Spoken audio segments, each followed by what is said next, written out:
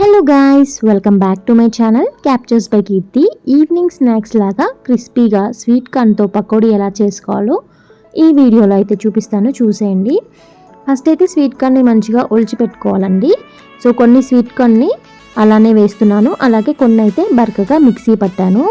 So మీకు కావాలంటే మొత్తం కూడా బరకగా మిక్సీ అయితే పట్టుకోవచ్చు. ఇప్పుడు ఇందులోకి ఒకటి కట్ చేసిన మీడియం సైజ్ ఆనియన్ అయితే వేసుకుంటున్నాను. సో ఆనియన్ని పొడుగ్గా కావాలంటే పొడుగ్గా కూడా వేసుకోవచ్చండి. నేనైతే చిన్న పీసెస్ లాగా కట్ చేశాను.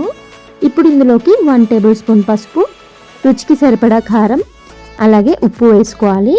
అలాగే కొంచెం కొత్తిమీర, అలాగే కరివేపాకు కూడా వేసుకోవాలి. ఇప్పుడు మనం ఇందులోకి ఒక 1/2 టేబుల్ స్పూన్ అల్లం వెల్లుల్లి పేస్ట్ అయితే వేసుకోవాలి.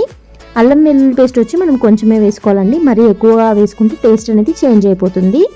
సో ఇప్పుడు మనము 2 టేబుల్ స్పూన్స్ శనగపిండి, అలాగే 2 టేబుల్ స్పూన్స్ బియ్యపిండిని అయితే వేసుకోవాలి. సో ఇందులో శనగపిండి ఎంత వేస్తామో బియ్యపిండి కూడా అంతే ఈక్వల్గా వేయాలి. అలాగే మనము ఈ క్వాంటిటీస్ అనేది కూడా కొంచెమే వేసుకోవాలి. జస్ట్ పకోడీ లాగా ఫామ్ అయితే చాలు మనకి. మరీ ఎక్కువ శనగపిండి వేస్తే మనకి స్వీట్ కార్న్ ఫ్లేవర్ అనేది రాదనమాట. సో ఇప్పుడు వీటిని అన్నీ కలిసేలాగా మంచిగా కలుపుకోవాలి. ఇందులో అయితే నేను ఎలాంటి వాటర్ అయితే యాడ్ చేయట్లేదండి, ఎందుకంటే మనం స్వీట్ కార్న్ని కొంచెం బర్క్గా పట్టాం కాబట్టి అందులో ఆల్రెడీ వాటర్ కన్సిస్టెన్సీ అయితే ఉంటుంది కాబట్టి నేనైతే వాటర్ వేయట్లేదు. సో లాస్ట్లో చూసుకున్న తర్వాత నాకైతే కొంచెం గట్టిగా అనిపించింది కాబట్టి లైట్గా వాటర్ని అయితే అట్లా పైన చల్లానమాట. సో వాటర్ చల్లుకున్నాక మళ్ళీ ఒకసారి అంతా కలిసేలాగా కలుపుకోవాలి. ఇప్పుడైతే మనము చెక్ చేసుకోవాలి, సో పకోడీలాగా వస్తుందా రావట్లేదా అని. ఈ వీడియోలో చూస్తే మీకే అర్థమవుతుంది. ఇప్పుడైతే చూడండి, బాల్స్ లాగా మంచిగా ఫామ్ అవుతుంది. సో అంతేనండి, పిండి అయితే రెడీ అయిపోయింది. ఇంకా వీటిని డీప్ ఫ్రై ఎలా చేసుకోవాలో ఇప్పుడైతే చూసేద్దాము. ముందుగా ఒక కడాయి తీసుకొని అందులోకి కావాల్సినంత ఆయిల్ని అయితే వేసుకోవాలి. సో ఆయిల్ అయితే మంచిగా హీట్ అవ్వాలండి.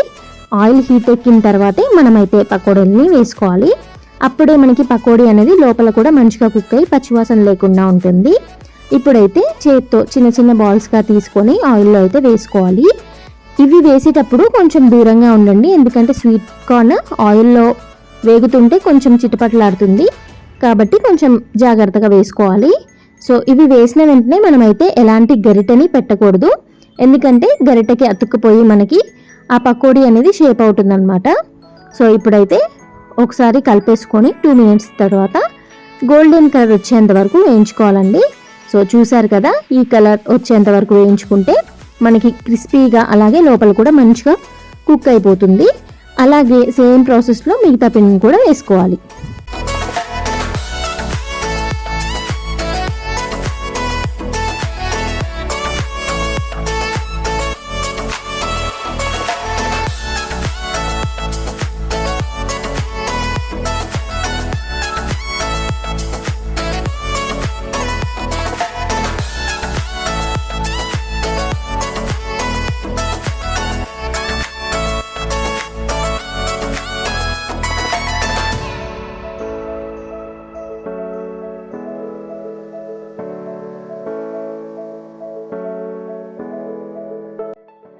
ఫైనల్గా మనకి వేడి వేడి పకోడీలు అయితే రెడీ అయిపోయాయి. మీరు కూడా మీ ఇంట్లో వాళ్ళకి ఒకసారి ఇలా చేసి పెట్టండి, మళ్ళీ మళ్ళీ కావాలని అడుగుతారు. ఈ పకోడీ చేయడానికి నాకు ఒక 1/2 అవర్ పట్టిందండి, అంతే. నేనైతే టేస్ట్ చేస్తున్నాను, నాకైతే చాలా బాగా నచ్చాయి. ఇంకా లేట్ ఎందుకు, మరి వీడియో చూసారు కదా, మీరు కూడా ట్రై చేయండి. ఎలా ఉందో కమెంట్ చేయండి. వీడియో నచ్చితే లైక్ చేయండి, మన ఛానల్ని సబ్స్క్రైబ్ చేసుకోండి.